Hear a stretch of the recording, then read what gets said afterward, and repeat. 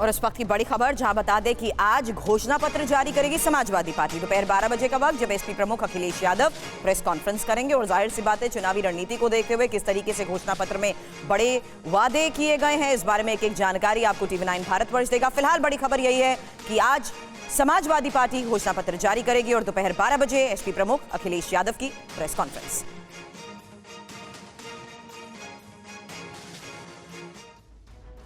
और उत्तर प्रदेश के मैनपुरी सीट से चुनाव लड़ने के सवाल पर बीजेपी के नेता अपर्णा यादव ने क्या कहा, इस रिपोर्ट में देखिए। मैनपुरी समाजवादी पार्टी का गढ़ है। यहाँ इस बार डिंपल यादव चुनावी मैदान में है, लेकिन बीजेपी अभी तक तय नहीं कर पाई है कि डिंपल के मुकाबले किसे मैदान में उतारेंगी। मुलायम सिंह की छोटी बहू अपर्णा यादव ने मैनपुरी सीट से उम्मीदवारी के सवाल पर कुछ ऐसे जवाब दिया। मैनपुरी लोकसभा को लेके कि वहाँ से भी आपको जिम्मेदारी दी जा सकती है, जिसके बाद आपने बयान दिया था, वहाँ से डिंपल यादव जो समाजवादी पार्टी से कैंडिडेट हैं, आप उस सीट के बारे में क्या कुछ कहेंगे? देखिए, मेरे से अभी तक पार्टी ने इस विषय पर चर्चा नहीं करी है और मैं जहाँ तक है यही कहूँगी कि मैं बहुत आदर करती हूँ अपने सभी बड़ों का।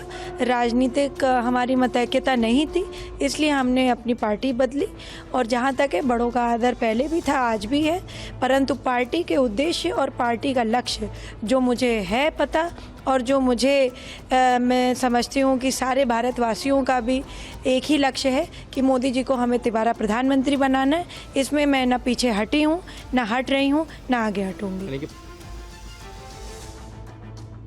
और लोकसभा चुनाव को देखते हुए बिहार में आरजेडी ने कल अपनी लिस्ट जारी कर दी है। इस लिस्ट में कुल 22 लोकसभा सीटों के लिए उम्मीदवारों के नामों का ऐलान किया गया है।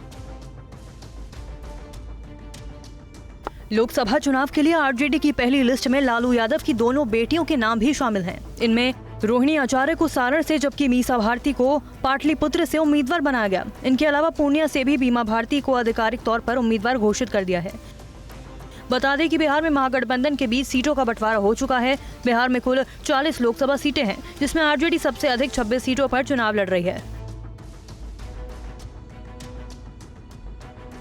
और राजस्थान के बांसवाड़ा डूंगरपुर सीट पर कांग्रेस को फजीहत का सामना करना पड़ रहा है। वहीं बागीदौरा विधानसभा सीट पर भी अंतर्कलह सामने आ गई है। 60 सेकंड में पूरी रिपोर्ट।